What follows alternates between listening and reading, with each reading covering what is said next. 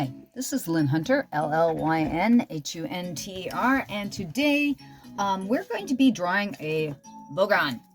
This is a character from Hitchhiker's Guide to the Galaxy from the 1981 TV series put on by the BBC. And what I'm doing here is we're going to do this guy right here.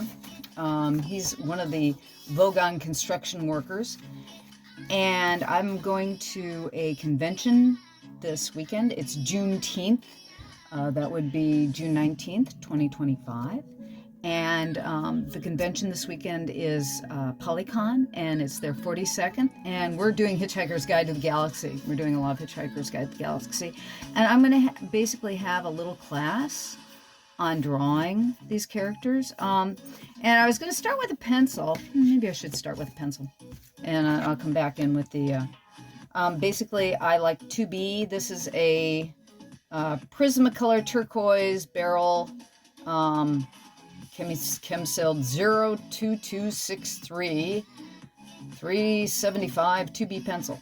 So that means it's a little bit softer than soft. And this is a Prismacolor Tuscan Red. And those two pencils I like to draw with. These were tools that I used a lot when I used to do a lot of animation. Let's see here. We're going to start with this guy. We're already given a turnaround on this guy in the actual series. They have several animations done by a gentleman by the name of Warlord, and he got the equivalent of an Emmy or an Academy Award for doing his animations for Hitchhiker's to the Galaxy, and he did these all hand-drawn and used with a camera.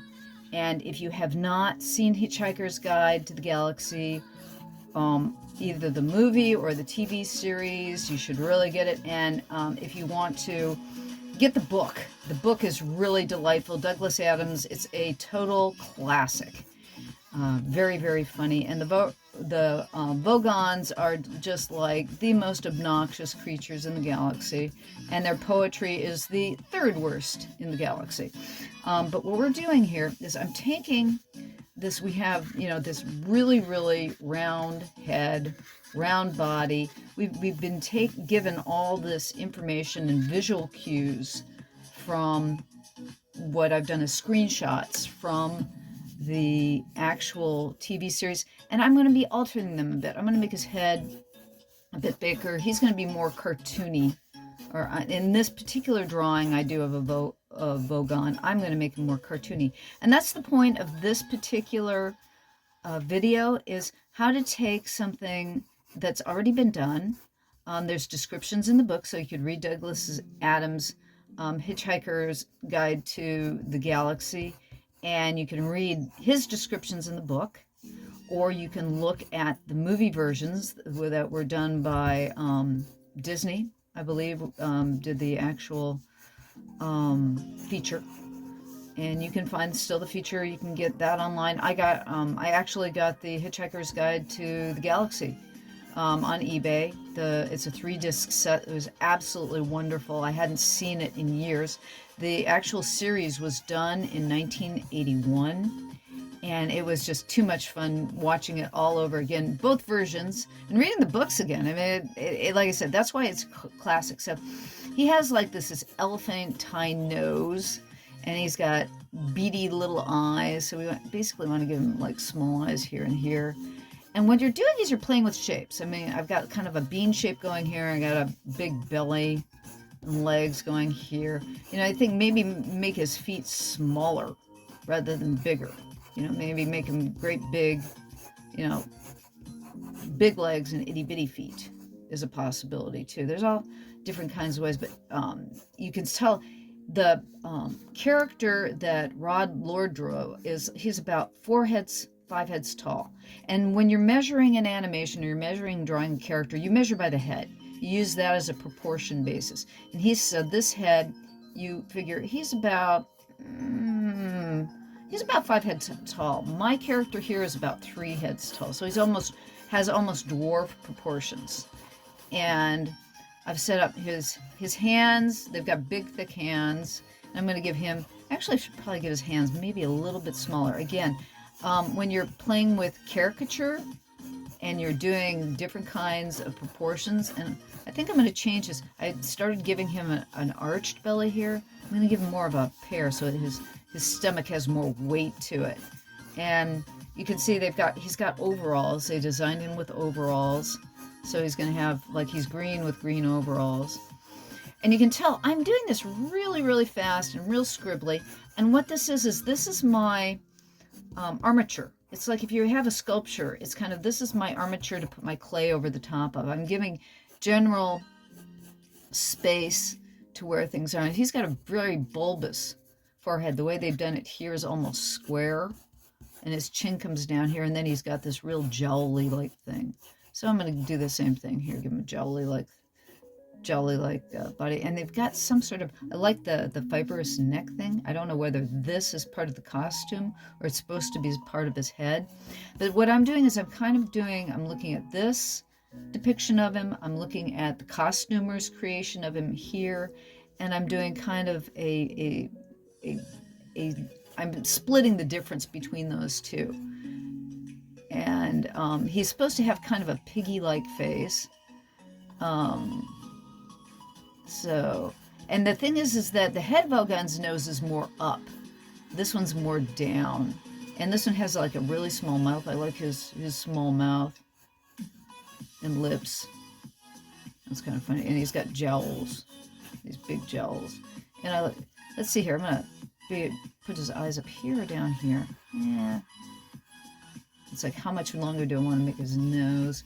And I'm using, along with the pencils, I'm using a kneaded eraser. It'll work fine on the graphite, but it does not work great on the colored pencil. If you want to get colored pencil erase, you pull out an X-Acto knife. But let's see here, I'm going to put his eyes kind of there, and I want to be able to see both of his pupils. So I'm thinking that, and his eye ridges are here. And you can see he's got really, really fuzzy eyebrows on, let's see, pull it in more in the camera, my apologies, so you can see it. But his eyebrows, if you can see, I'm going to bring them up here. It's like he's got like these red eyebrows that the costume designer gave him, but he doesn't have those eyebrows on the one that Rob Lloyd did. Rob Lord. So it's like, you can do whatever you want under the auspices of whatever Douglas Adams has written in his book as well. So again, this is kind of a cross between what they did for television, what I see, and what Douglas Adams, the author, said in his book. And so between those three things, we're depicting a creature that, if somebody had read Hitchhiker's Guide to the Galaxy, or they'd seen the television series, or they'd read the book, they would know, oh, that's a Vogon, or Vogon, sorry. I always want to put an L or an R in their names for some reason. So it's like, we know he's wearing some sort of coveralls. I'll give him a butt here. And so right now I'm just getting a feel for the folds in his clothing, how how do I want to hang this stuff off his arms, because he's got these, this is kind of like his skin, but it does these like Michelin. If you've ever seen the Michelin Man, it looks like his skin is supposed to be kind of like in rolls, and I kind of like that. And then he's got, regular human-esque body. He has a very, because he is a human, there's a human under there. He's got a rather human-esque body. And let's make that a little bit. I don't like his mouth so far below his nose, so I'm going to pull his mouth up. I want to give him a little bit more of an interesting face. There we go. Okay, so that's my beginning. Now what I do, okay, you can see this pretty well. And what I'll do is I take my kneaded eraser and I'll do what I call ghosting back. I'll take that drawing back, and a lot of the scribbling that I've done, that I've kind of Some of the lines work and some of them don't. The ones that work well usually will stand out stronger than the ones that don't. The ones that I've kept hitting.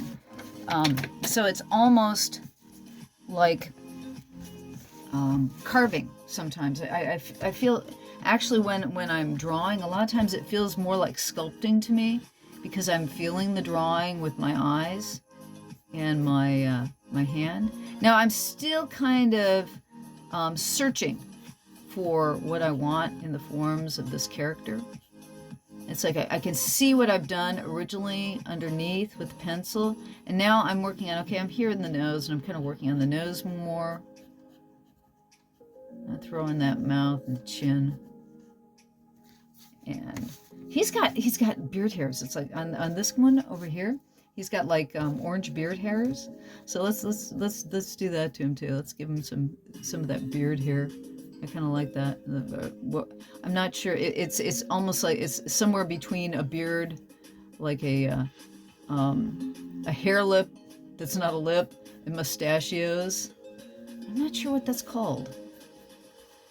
And we'll give him the fuzzy eyebrows up here. And again, I'm doing everything lightly because I'm really not sure how I want to lay that in yet. So I have a tendency, I'm a little bit trepidatious. Some artists are much more sure of themselves when they lay down their lines. So they'll just lay it down immediately. Me, I go a little bit lighter, and then I come in again when I'm more sure of, yeah, that's the right line right there. That's the one I want. And this is just a way of, going a little bit lighter to be a little bit more careful about, am I doing the right thing? I'm always trepidatious. I mean, I've been doing this for, 40 odd years, I think. I'm 65 now, so yeah, probably even 50 years. I've been, when did you start drawing? When you're 5, 6? God, that makes it probably 60 years worth of drawing, right? And I'm still learning. I'm still learning as much as I feel sometimes that there's a point where you can always learn something more. There's something you can play with more. There's something you can do more and find out more in your own skills and your own abilities. And you just never stop learning. It's a perpetual task. And so this guy, it's like, again, I am not as, how shall I say, bold in my drawing as some people could be, but I am fast. I've had to be fast all my life, because if you're in animation, you're required to make deadlines. And when you're required to make deadlines, you just have to make sure that you get the job done on time. So you have to learn how to draw fast, whether you like it or not. And that just comes with practice. And sometimes everything goes down the way you want it, and sometimes it doesn't. I'm going to give him one more gel here. And then I'm going to give him that. I like that shirt the costume designer. I don't know who designed this costume. It's like if I could give credit to the costume designer, I would do so. I'd have to go back through the. I don't know if they gave credit to individual costume designers. It's a problem a lot of times with Disney, with big studios, or if a product or a project is multiples. They won't give credit to. They'll give credit to teams a lot of times. But they won't say who the individual who came up with the idea or who did the main. There might have been, one person who did most of the design on this costume. One of the things that I don't appreciate about things, Hyperion books is one of the biggest, how shall I say, I'm trying to think of the correct word for it, but they always, or they should say they never, or next to never give credit to their artists. They'll say Disney artists or Hyperion artists, and it drives me nuts, because even if it were, 20 artists who worked on the illustrations for that project, could you not give credit to the individuals who worked on the book? A lot of the times, especially with their licensed products like Rapunzel, or I'm trying to think what some of the other properties that I've seen kids books for, that the artwork will be just spectacular stuff, and you'll open the book and it'll say Disney artists or Hyperion artists, and it's like, that's not fair. I can't look up, who the individual artists were, or see their specific work that's not connected to Disney, because you haven't given me their names. And it's kind of a way that they cover their own, how shall I say, butts, but they won't advertise people that might get another job or might be taken away from them. And I worked for a company once called Frank Schaefer Publications that was an educational publisher. And they had the same dang problem. They could not, Frank would not give the artists credits. It was like, he didn't even want them to sign their names on an illustration, because he didn't want anybody to steal them away from him. And he didn't pay anything. He paid terrible fees for his illustrations. And his attitude was, I paid for the art, it's mine. I shouldn't give them free advertising. And I always, I was the art director for his company. And I felt, how can you do that? How can you, it's like somebody doesn't make much money off of you, and your product is not the focus of their existence. You're not giving them enough work for them to be able to make a living off of your work, yet you won't give them any credit in your magazines that, this is the artist who did this work. It's just, to me, it's horrifying. It's cruel. And it also says that people who are not artists have a great disrespect for those who have had to spend their entire life working to get to the place that they're at. There are many companies that do that, and I find it frustrating and unfortunate. That's why I'm trying to, like I said, I'm trying to give the credit to the costume designer for this. So there we go. There's my Vogon. Let's give him some shading. Just when you do a sketch like this, it's nice to come back with a little bit of value behind it, because it gives it a little bit more depth, and it'll stand off the page more. And it doesn't take much to just throw, some tone. That's a wonderful thing about a pencil. You'd have to pull out another brush and give it a different weight and what have you when you're doing this on computer. But as doing it with, if I'm doing a quick sketch like this, I can just throw in this tone like by just turning my pencil to the side. And I truly wish, there is some capability of that with a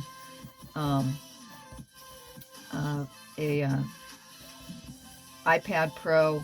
You can take the Apple Pencil and turn it to the side, but it just does not feel the same. It's my problem with most drawing on computer, is that when you're drawing on computer, you have to constantly, change your brushes, change the weight of the brush, change the line width, and with a pencil, it's all about, the pressure sensitivity to me is still not good enough. The amount that you can change the brush quality, the value, the tone with, there are just no brushes out there that have that sensibility to them, like a stupid pencil. I'm still waiting for it, it's getting there. It keeps getting there, but I've had to go through all the different iterations of really, really bad computer work. You don't know how much, it wasn't until about 2017 that Toon Boom Storyboard Pro was good enough that it actually had the weight of a pencil. And at least now Toon Boom's more or less kind of up there while you can draw with it. Same thing with Photoshop. They're getting much better. They're feeling much more like natural native tools. And I know a lot of people are learning to draw on pads that all have different sensitivities. I personally really like Clip Studio Paint, biggest bang for the buck. And their stuff is getting better too, all the time. But I've had to go through all the iterations of, the advancements. But there we go. There's let's make sure you sign it. Always sign your stuff.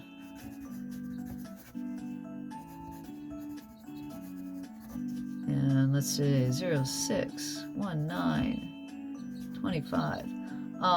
So there's my Vogon. Play with it. You do it. You come up with the Vogon. You can take a screenshot of what I've got right here, and play with the Vogon. Go find Hitchhiker's Guide to the Galaxy by Douglas Adams, either the BBC TV series or the movie. It's too much fun, and it's just too silly. Like I said, the BBC series is like old Doctor Who. Lots of fun. Thank you for stopping by. I hope you enjoyed this particular exercise. And come to the convention if you're in the area this weekend. Again, today is the 19th.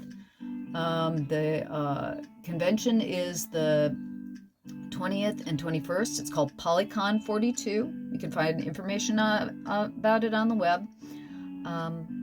Thanks for stopping by. Really appreciate it.